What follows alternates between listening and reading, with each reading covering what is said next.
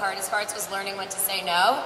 So when you're starting a blog and you might want to work with a ton of brands, but learning when to say no if it doesn't fit your brand, even if there's money there, has been really hard and something that you have to learn along the way, and that all goes back to being authentic. For me personally, I took a chance and started a shopping website that completely failed. And it was a really hard time for me because I felt so insecure after that happened, and I didn't think of myself as a successful blogger at the time, so it was really hard, but I learned so much from that experience. So I think just letting yourself fail and knowing that it's not going to affect who you are in a bad way, only positively. And also, I guess another really big obstacle, which I'm sure goes for all three of us, is haters and people who write awful things to you. We've talked about this in private. We get it bad. We get it really real bad. But I don't know if you... Yeah, well, I mean, I'm sure everyone does to some capacity, but just learning how to have a thick skin and knowing that at the end of the day, it's not really about you, and just to keep doing what you're doing something. Exactly. I have like the worst anxiety. I worry about everything. Yeah, like not trying to be perfect, but just be yourself. Exactly. And that you have followers and people like you for a reason, so to have more faith in that and be a little more confident. And if you're like open about that, I feel like it's just great for other girls to see because no one's perfect, so it's fun to follow people who can relate to. What advice, on the flip side, would you give to someone who's starting out now in a crowded, busy industry? What would you say is the most important thing that someone brand new starting out should know? I think that this goes for any industry, it's just networking. My husband forces me all the time to go places and talk to people, and I'm really bad at it. But I do it because I know that it's important for my brand. But networking is a huge, huge thing. Being aggressive. If you have, a design or something that you made, go up to the person that you want to sell it to and tell them all about it. Be confident about it. Be secure with yourself. That's everything.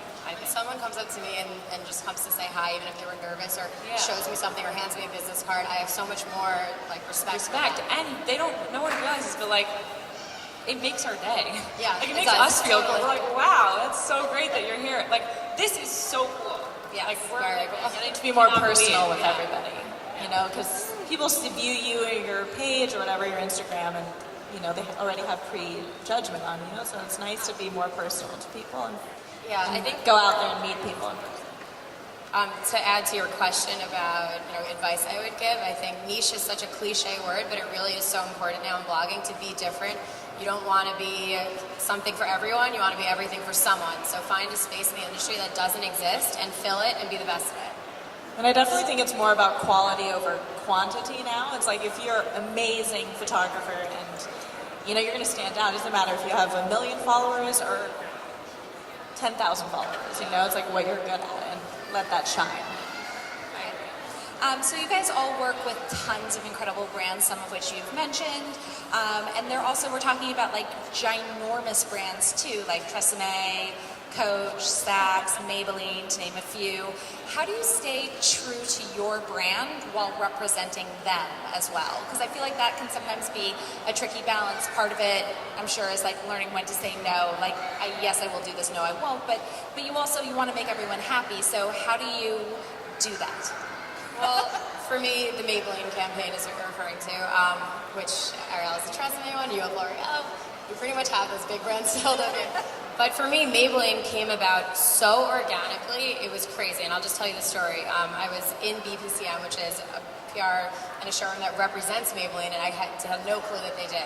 And I had been using this foundation, this liquid foundation that they have for the past 3 months, and absolutely loving it. But I know who did their press, and I was in BPCM, and I saw it sitting there on the table, and I was like, holy shit, I've been using this, I'm obsessed with it, I would love to work with Maybelline, this is insane. And the next day I had a campaign with them. It was just so organic and crazy. Today I'm wearing Maybelline lipstick. I just simply love the product. It's affordable, which my followers really care about it being affordable. It's from CVS. I'm all for drugstore brands. I'm not super into makeup, so I don't really know too much about it. And it's just easy to use and it's relatable, which I think is really important. Okay, so for you, it's about finding that authentic fit, and then the rest of it feels easy. And I don't leave it all up to chance. I kind of pushed it a little, and I was like, I really want to do this. Fashion Week's around the corner. Why don't we do something together?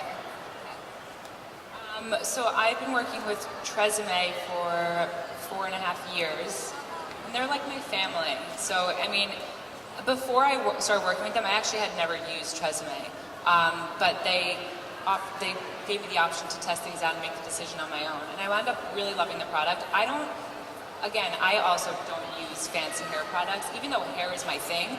I tend to believe that if you change up your shampoo and conditioner, your hair looks better the next day. So like to not use the same one every single day. But I mean, I think that they hire you because they want you to bring yourself to the table and kind of, I guess, mold the brand into who you are, I guess. But I mean, I just use, the beach wave spray they have, the Shining shampoo and conditioner. Everything's like amazing, and I honestly wouldn't work with them if it wasn't. So, I mean, you just have to know when to say no to brands, and it's hard, but we only say yes to the ones we love. So that's also a really important point, which is that the negotiation has to happen first, in which you're like, yes, I will do this, no, I won't do that, and then like have that clear understanding about what is expected, right? Yeah, I think I leave all the tough stuff up to the agency and the money talk up to my agency, but I'm very involved with every single contract that I sign and read the fine You print. have to be involved. I mean, we went to Poland to film this commercial when I was 12 weeks pregnant. I just got the go-ahead to get on a plane. So I was kind of freaking out, and I was like, what kind of food do they have there? That's all I thought about. But you kind of you have to be involved with everything that goes through the agency, contracts and stuff like that. Yeah.